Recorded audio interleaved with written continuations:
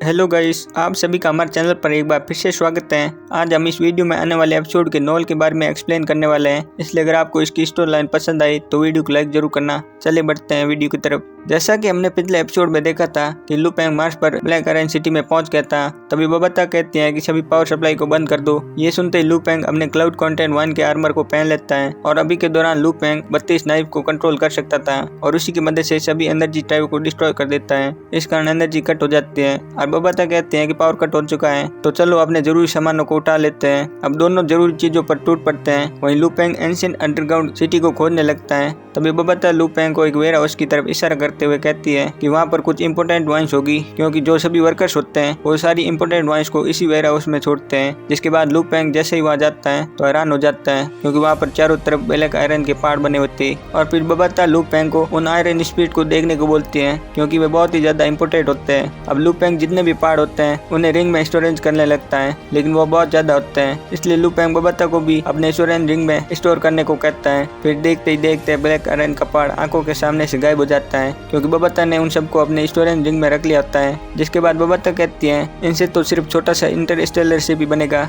जिसके बाद वे आगे बढ़ते हैं, जहाँ पर लू पेंग एक गेंट को देखता है तो फिर वह उसमें अपनी स्पिरिचुअल एनर्जी से स्कैन करता है तो उसे पता चलता है कि अंदर बहुत सारा मेटल मौजूद है। जिसके बाद लू पेंग कॉपर एसेंस से गेंट में ड्रिल करने लगता है और करीब आधे मिनट के टाइम में गेंट के अंदर होल बना देता है। जिसके बाद बबाता सारे ब्लैक आयरन को रख लेती है, लेकिन उसकी नजर डार्क रेड कलर के मेटल पर जाती है। इस मेटल के बारे में जब लू पेंग अपने इनहेरिटेंस मेमोरी में देखता है तो उसे पता चलता है कि ये ब्लैक आयरन स्पिरिट है। इसे देखकर लू पेंग खुश हो जाता है, क्योंकि अभी के दौरान उसे बी ग्रेड मेटल की जरूरत थी, जैसे कि वह गोल्डन ऑन बीस्ट की ताकत को बढ़ा सके। जिसके बाद वह उन्हीं रोबोट को पूरे मेटल के पहाड़ को स्कैन करने को बोलता है। जब रोबोट्स की स्कैनिंग पूरी हो जाती है तब बबाता कहती है कि यहाँ पर 1200 टन आयरन स्पिरिट मौजूद है, जो गोल्डन ऑन बीस्ट के लिए 10 दिन के लिए काफी होगा। अभी सुनकर लू पेंग मायूस हो जाता है, क्योंकि यह गोल्डन ऑन बीस्ट इस मेटल को सिर्फ 10 दिन में ही सोलो कर लेगा और जैसे जैसे लेवल अप होगा उसके लिए इसे और भी मेटल की जरूरत होगी। जिसके बाद लू पेंग कहता है ये तो बहुत कम है, लेकिन बबाता कहती है कि ये कम नहीं है, क्योंकि ये बीस्ट ही कुछ ज्यादा सोलो करता है और मुझे लगता है कि जब ये सेक्टर लॉर में पहुंच जाएगा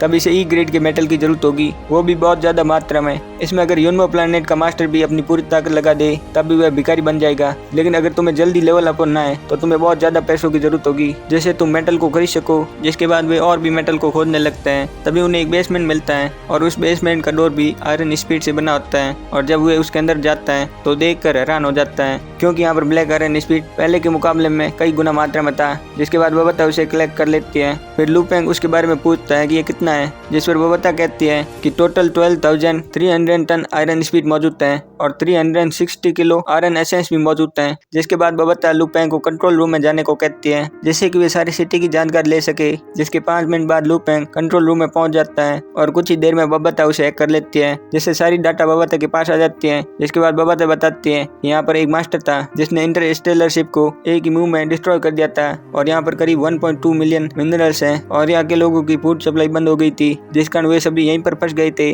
जिसके बाद बबाता डाटा को पूरा चेक करते हैं और कहते हैं कि हमें नेक्स्ट में जाना चाहिए और फिर लू पेंग नेक्स्ट की तलाश करने निकल जाता है और उसे टोटल 8 नेट्स मिलते हैं और वहाँ से वे 33,600 टन ब्लैक आयरन को कलेक्ट कर लेते हैं और ब्लैक आयरन एसेंस 2.4 टन मिलते हैं, जो लू पेंग के गोल्डन ऑन बीस्ट के लिए 1 साल के लिए काफी था। और फिर लू पेंग कहता है जैसे जैसे गोल्डन ऑन बीस्ट ग्रो करेगा उसे ज्यादा मेटल्स की जरूरत होगी और जब वो यूनिवर्स लेवल तक पहुंच जाएगा तब इतने ब्लैक आयरन इसके 1 दिन के लिए होंगे। जिसके बाद लू पेंग सभी मेटल को कलेक्ट करके इंटरेस्ट पर आ जाता है। तभी बबाता कहती है कि रुको, जिस पर लू पेंग कहता है कि क्या हुआ, क्या अभी कुछ बाकी है। जिस पर बबाता हंसते हुए कहती है कि ये पूरी सिटी वैल्यूबल है, क्योंकि ये पूरी सिटी ब्लैक आयरन से बनी है, और कहती है कि तुम तो बहुत ही ज्यादा गरीब हो। जिस पर लू पेंग कहता है कि वे गरीब कैसे हैं, वह तो इस टाइम अर्थ पर सबसे अमीर पर्सन है। लेकिन बबाता कहते हैं कि मैं अर्थ की करेंसी की बात नहीं कर रही हूँ, मैं यूनिवर्स में यूज होने वाली करेंसी की बात कर रही हूँ। और अभी की बात करें तो तुम्हारे पास एक भी पैसा नहीं है और ना ही तुम्हारे पास कोई खाता है। और अगर यूनमो प्लैनेट के मास्टर की खाते की बात करें तो वो तुम स्टार लेवल में पहुंचने से पहले नहीं ले सकते हो, और अगर तुम्हें कुछ पैसे चाहिए तो तुम्हें कुछ बेच कर ही कमाना पड़ेगा। वहीं यूनमो प्लैनेट शिप की बात करें तो ये बहुत ही ज्यादा वैल्यूबल है और अगर तुमने इसे बेचा तो कई सारे पावरफुल लोग तुम्हारे पीछे पड़ जाएंगे। वहीं अगर ब्लैक ड्रैगन शिप को बेचा तो तुम्हारा यूनिवर्स में जाना कठिन हो जाएगा, और अगर तुम क्लाउड कंटेंट 1 को बेचना चाहो तब भी नहीं बेच सकते हो, क्योंकि इसने अपने मास्टर को पहचान लिया है। और वहीं सोरिंग शटल और आर्क ब्लेड ये तुम्हारे काम आएंगे और बच्चे सिर्फ मून क्रिस्टल और सिल्वर गार्ड। लेकिन बबाता कहते हैं कि मून क्रिस्टल तुम्हारे क्लाउड कंटेंट 1 के लिए जरूरी है, वहीं सिल्वर गार्ड भी तुम्हारे लिए जरूरी है, क्योंकि ये ब्लैक ड्रैगन शिप को चलाने में काम आएंगे। अब लू पेंग ये सुनकर पूरी तरह से निराश हो जाता है क्योंकि अभी के टाइम में उसके पास एक भी पैसा नहीं है। जिसके बाद वो बता कहती है कि तुम्हारे पास एक भी पैसा नहीं है, इसलिए हम ब्लैक आयरन को ही बेचेंगे जब तक कि तुम स्टार लेवल तक ना पहुंच जाओ और अपने मास्टर के खाते को ओपन करने लायक ना हो जाओ। जिसके बाद लू पेंग पूरा आयरन सिटी को डिसमेंटल करने लगता है और वहीं वो बता उसे स्टोर करने लगते हैं और करीब आधे घंटे में पूरा आयरन सिटी गायब हो जाता है। और यहाँ पर लू पेंग के पास total 92.8 million ton black iron मिलता है।